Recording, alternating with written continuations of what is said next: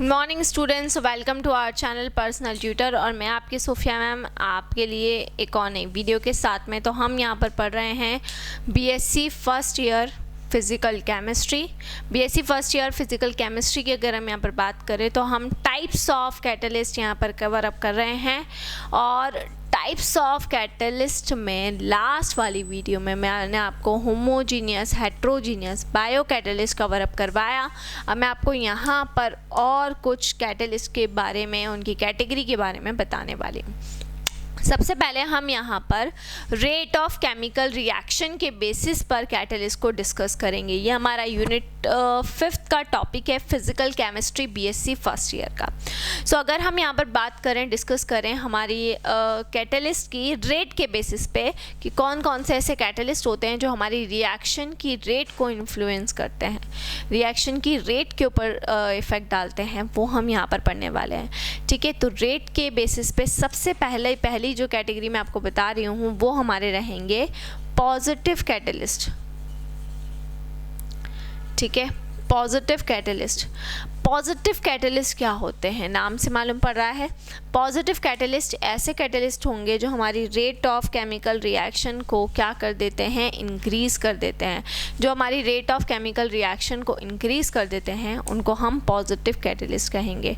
So positive catalyst ऐसे catalyst होते हैं जो रिएक्शन की रेट को क्या कर देते हैं, रिएक्शन की रेट को बढ़ा देते हैं, रिएक्शन की रेट को इंक्रीज़ कर देंगे। कैसे इंक्रीज़ कर देंगे, तो हमने पढ़ा था, हमारी एक यूनिट थी अभी केमिकल डायनेमिक्स में, हमने पढ़ा था कि जब हम कैटलिस्ट का इन्फ्लुएंस किस तरीके से होता है कि ऐसे कैटलिस्ट को जब हम मिलाते हैं जिससे रिएक्शन फास्ट होती है तो वो कैटलिस्ट का फंक्शन क्या होता है, वो कैटलिस्ट क्या करते हैं, उस रिएक्शन के अंदर जो एक्टिवेशन एनर्जी होती है उस एक्टिवेशन एनर्जी को क्या कर देंगे, कम कर देंगे। जब वो एक्टिवेशन एनर्जी की वैल्यू को लो कर देते हैं, एक्टिवेशन एनर्जी की वैल्यू को कम कर देते हैं, तो रेट ऑटोमेटिकली क्या हो जाती है, रेट ऑटोमेटिकली इंक्रीज़ हो जाती है।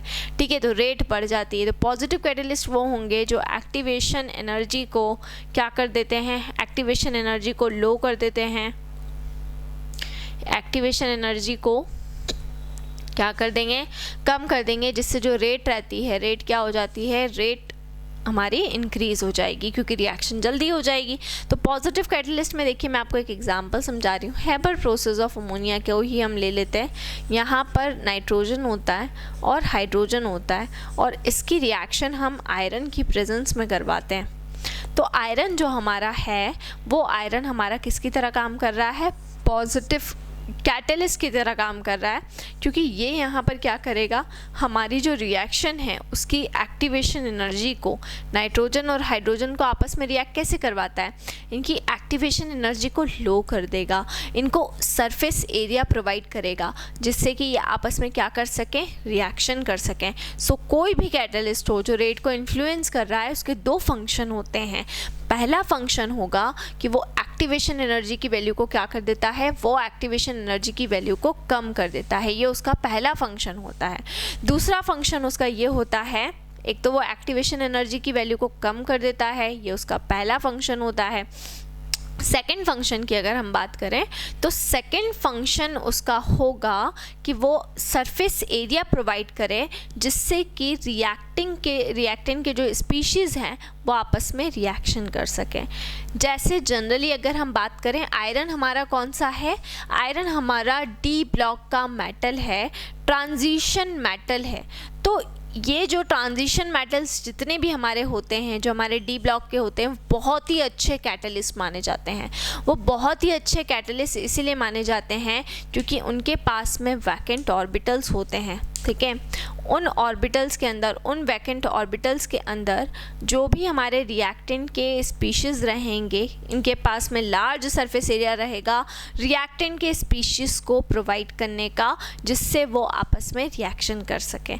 जैसे कंसिडर करिए, हम यहाँ पर कोई एक कैटलिस्ट ले लेते हैं। देखिए, ये कैटलिस्ट का मैंने एक मॉडल बना दिया आपको। ठीक है, ये मेरा क्या है, ये मेरा कैटलिस्ट है। तो इस कैटलिस्ट को हमने यहाँ पर लिया। अब इस कैटलिस्ट के अंदर आप देख सकते हैं कि इस कैटलिस्ट के अंदर ये बहुत सारी साइट्स होती हैं। तो मान लीजिए कोई भी रिएक्टेंट है, ए और बी, तो ये कैटलिस्ट क्या करेगा, इन्हें अपनी साइड पर एड्जॉर्ब कर लेगा। एड्जॉर्ब कर लिया, एड्जॉर्ब करने के बाद अब इस कैटलिस्ट ने इनको एरिया प्रोवाइड किया, देखिए, ताकि ये रिएक्शन कर सकें। दूसरा ये कैटलिस्ट क्या करेगा, जो हमारा कैटलिस्ट है वो इनको एरिया प्रोवाइड करने के बाद इनकी एक्टिवेशन एनर्जी को लो करेगा, जिससे ये आपस में रिएक्शन करें और आपस में क्या बना सकें, बॉन्ड बना सकें। तो लो कर दी उन्हें, एक्टिविटी को लो कर दिया और आपस में क्या बना दिया है, आपस में उसने बॉन्ड बना दिया है। जब आपस में बॉन्ड बना तो ए और बी क्या हो जाएंगे, ए और बी यहाँ पर बॉन्ड बनाकर सेपरेट हो जाएंगे और ये कैटलिस्ट आपका एज इट इज़ यहाँ से निकल जाएगा।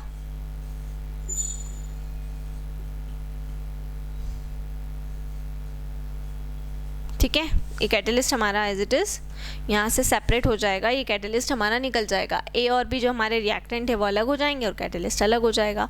तो यहाँ पर जो भी रिएक्टेंट है और जो भी कैटलिस्ट है ना, जो भी रिएक्टेंट है, जो भी कैटलिस्ट है, वो दोनों ही जो चल रहे हैं वो दोनों ही आपके देखिए इस तरीके से कोऑर्डिनेट हो रहे हैं, क्योंकि कैटलिस्ट यहाँ पर उनको एड्जॉर्ब कर रहा है ना, और ये एड्जॉर्ब हो रहे हैं। उसके बाद में कैटलिस्ट, चाहे कोई सा भी कैटलिस्ट रहेगा जो रेट को इन्फ्लुएंस करेगा, उसके दो फंक्शन होते हैं। एक तो वो एरिया प्रोवाइड करता है, दूसरा वो एक्टिवेशन एनर्जी को लो कर देता है। ये दो चीज़ें, दो फंक्शन आपको याद रखना ही पड़ेंगे। तो ये हो गया, ये तो हो गई बात हमारे पॉजिटिव कैटलिस्ट की, कि पॉजिटिव कैटलिस्ट हमारा क्या कर रहा है, पॉजिटिव कैटलिस्ट हमारा एक्टिवेशन एनर्जी को लो कर देता है, कम कर देता है, जिसकी वजह से रिएक्शन जल्दी हो जाती है। ठीक है, ये पॉजिटिव कैटलिस्ट का फंक्शन हुआ। सेकंड कैटेगरी हम यहाँ पर देख लेते हैं पॉजिटिव कैटलिस्ट के बाद में, जिसको हम कह रहे हैं नेगेटिव कैटलिस्ट। अब ज़रूरी नहीं है कि हमेशा हमें केमिकल रिएक्शन करवानी हो, हमें कुछ रिएक्शन को स्टॉप भी करना होता है, कुछ रिएक्शन हमें रोकनी पड़ती है। ठीक है, तो उनके लिए हम किसका यूज़ करते हैं, उनके लिए हम नेगेटिव कैटलिस्ट का यूज़ करते हैं। ठीक है, तो नेगेटिव कैटलिस्ट का हम जब यूज़ करेंगे तो नेगेटिव कैटलिस्ट का फंक्शन क्या होगा, देखिए, negative catalyst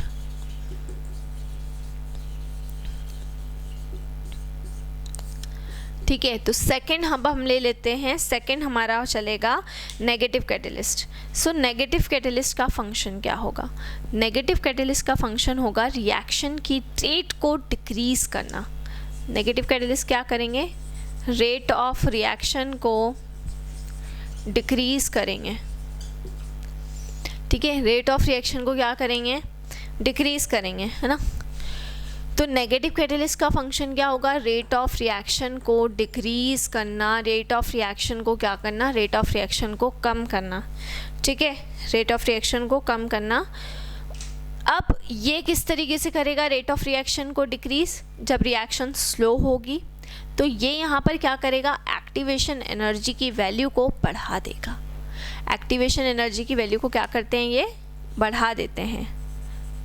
high activation energy, है ना, एक कॉन्सेप्ट हमने पढ़ा है, याद हो आप लोगों को, तो देखिए ये पढ़ा है ना कि ये हमारा रिएक्टेंट होता है, ये एनर्जी बैरियर होता है और ये काय में बदलता है, प्रोडक्ट में। तो वही रिएक्टेंट प्रोडक्ट में कन्वर्ट होते हैं जो एक पर्टिकुलर एनर्जी बैरियर को क्रॉस करते हैं। जो भी एनर्जी बैरियर को क्रॉस कर लेगा प्रोडक्ट बना लेगा। ठीक है, तो जिनकी एक्टिवेशन एनर्जी की वैल्यू कम होगी वो जल्दी इस एनर्जी बैरियर को क्रॉस कर लेंगे और प्रोडक्ट बना लेंगे। जिनकी एक्टिवेशन एनर्जी की वैल्यू क्या होगी, ज़्यादा होगी, है ना। तो हाई एक्टिवेशन एनर्जी के केस में यही जो ग्राफ, जो नॉर्मल रिएक्शन इस तरीके से हो रही थी, तो इसने क्या करा, जब कैटलिस्ट इसमें मिल जाएगा तो यही ग्राफ आगे जाके इनिशिएट हो जाएगा। कैटलिस्ट ने क्या करा है, इस वैल्यू को बढ़ा दिया है, मतलब जो एक्टिवेशन एनर्जी जहाँ कम थी उसको इंक्रीज कर दिया है। वहीं अगर पॉजिटिव कैटलिस्ट के लिए बात करेंगे तो ये ग्राफ और नीचे आ जाएगा, क्योंकि एनर्जी बैरियर और एक्टिवेशन एनर्जी कम हो जाती है। तो हाई एक्टिवेशन एनर्जी उसने कर दी। हाई एक्टिवेशन एनर्जी करने की वजह से यहाँ पर अब क्या हुआ, एक्टिवेशन एनर्जी जब हाई हो गई तो अब जो नंबर ऑफ रिएक्टेंट थे उनमें बहुत सारे नंबर ऑफ रिएक्टेंट प्रोडक्ट में कन्वर्ट नहीं हो पाएंगे। तो प्रोडक्ट को ट्रांसफॉर्म जो कर रहा है, रिएक्टेंट जो प्रोडक्ट में ट्रांसफॉर्म हो रहे हैं, उसकी रेट क्या हो गई, डिक्रीज़ हो गई। ठीक है। अब इसमें अगर मैं आपको एग्जाम्पल की बात करूं तो इसमें हम कौन सा एग्जाम्पल पढ़ते हैं, इसमें हमारा एग्जाम्पल होता है decomposition of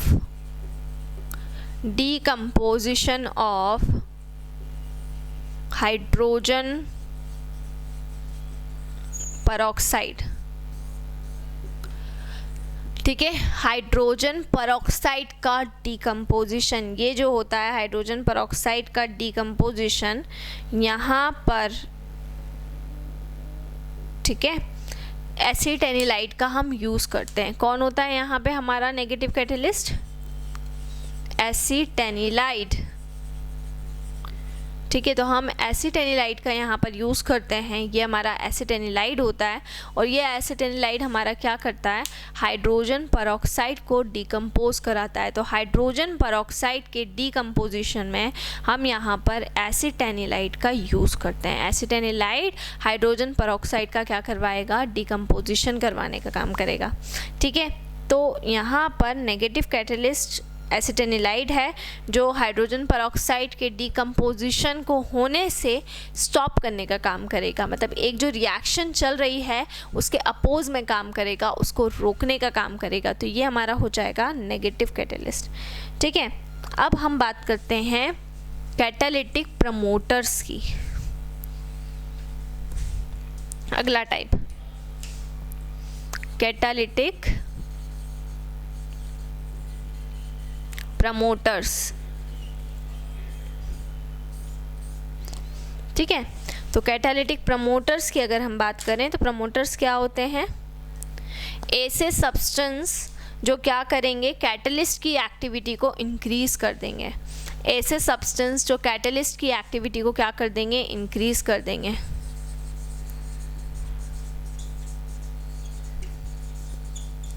ऐसे सब्सटेंस जो कैटलिस्ट के एक्टिविटी को क्या कर देते हैं, कैटलिस्ट की एक्टिविटी को इंक्रीज कर देंगे। ध्यान से सुनिएगा, प्रमोटर्स मतलब मैं क्या बोल रही हूँ, जो कैटलिस्ट की एक्टिविटी को इंक्रीज करेंगे, ना कि रिएक्टेंट की एक्टिविटी को इंक्रीज करेंगे, है ना। मतलब पहले ही उस रिएक्शन का कोई एक कैटलिस्ट है और उस कैटलिस्ट की जो एक्टिविटी को क्या कर रहे हैं, इंक्रीज कर रहे हैं, वो हमारे बेसिकली प्रमोटर्स होते हैं।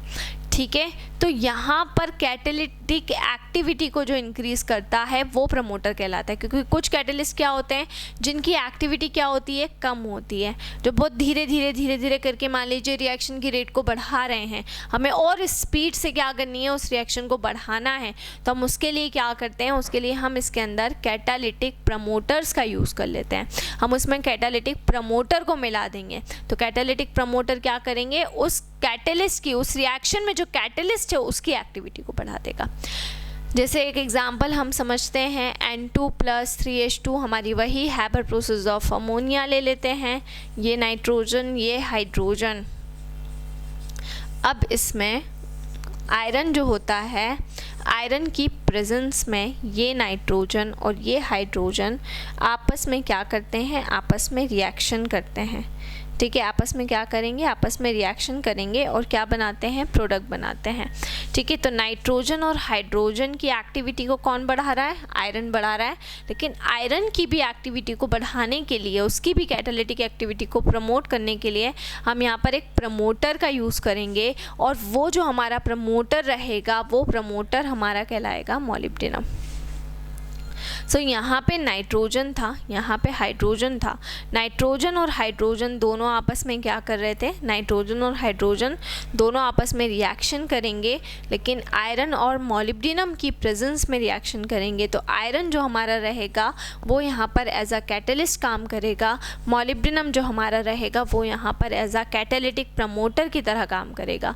तो ये हमारा हो जाएगा कैटलिस्ट और मॉलिब्डेनम जो है ये हमारा हो जाएगा कैटालिटिक प्रमोटर।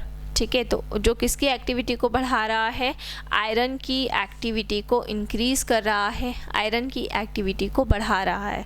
ठीक है, तो यहाँ पे जो अमोनिया का फॉर्मेशन है वो अमोनिया का फॉर्मेशन अब तेज़ी से हो जाएगा। ठीक है, तो ये इसको हम बोल सकते हैं एक्सेलरेटर के नाम से भी जानते हैं, एक्सेलरेटर, कैटालिटिक एक्सेलरेटर, क्योंकि ये एक्सेलरेट करने का काम कर रहे हैं रिएक्शन को। ठीक है, फिर अगला जो पॉइंट हम पढ़ते हैं, है ना, वो पढ़ते हैं हम कैटालिटिक पॉइजन।